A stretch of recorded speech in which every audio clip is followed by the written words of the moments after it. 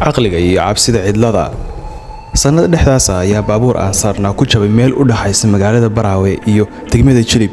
Muddo usbuuc ku dhow ayaa waxaan fadhinay dhul cidla ah, deegaan dad ku nool yihiin. Waxaa noogu dhoweyd tuulada Kuniyo Barow oo ah meel musaafiriinta jecel cunista hilibka ay aad u dhararaan.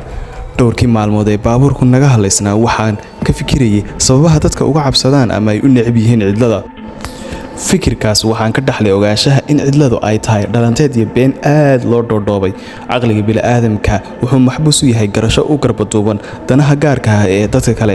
haddii caqliga noocan ah laga cabir qaato dhulka ama deegaanka dadka uusan joogin, wuxuu u muuqanayaa deegaan cidlo ah oo maangal tahay in laga cabsado, dabadeedna la camiro ama laga cararo.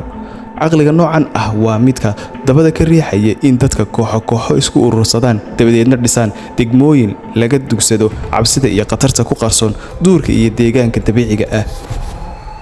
dabcan haddii caqliga noocan ah laga fasax qaato oo weliba qaab falsafadaysan loogu fiirsado dhulka lagu tilmaamo cidlada, waxaa muuqanaya deegaan camiran oo weliba noocyada kala duwan ee noloshu ay ku damaashadayaan.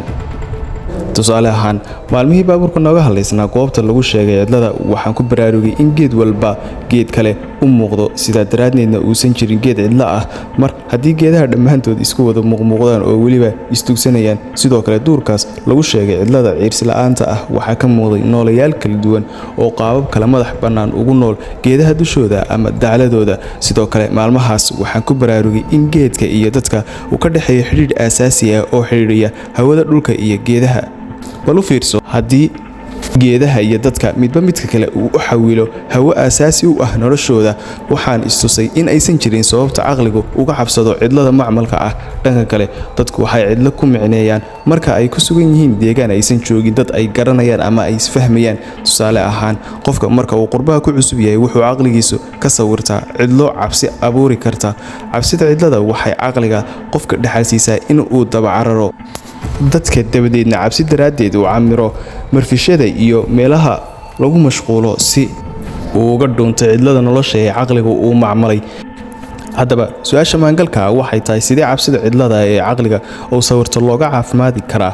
dabcan, inkastoo jawaabta su-aashan ay ku xidhan tahay dabciga iyo dooqa qofka ka cabsanaya cidlada, haddana waxaa waaye aragnimo ka badan muddo 20 sano ah aan ku ogaaday in cidladu ay tahay dhalanteed si fudud loo fahmi karo. aragtidayda ogaanshaha dhalanteedka cidlada waxaa lagu fahmi karaa in isbuucii waqti gaar ah aad ku qaadatid deegaanka dabiiciga ah, dabadeedna aad ku baraarugtid in geed walba geed kale uu muuqdo, iyo weliba in geed walba hoostiisa uu ku nool yahay noole ka duwan ama noole kala duwan oo ku damaashaadaya madax bannaanin laga soo xawilay dhanka maqaadiirta. ugu dambeyntii, haddii cabsida cidlada kugu badato, waxaad xasuusan kartaa wanaagii iyo xasiloonidii aad ka dhaxashay 9 bilood ee keliya aad soo damaashaaday kuna damaashaday uurka hooyada. xasuusta 9 bilood ee cidlada aad saaxiibada ahaydeen wuxuu caqliga uga caafimaadi karaa cabsida cidlada.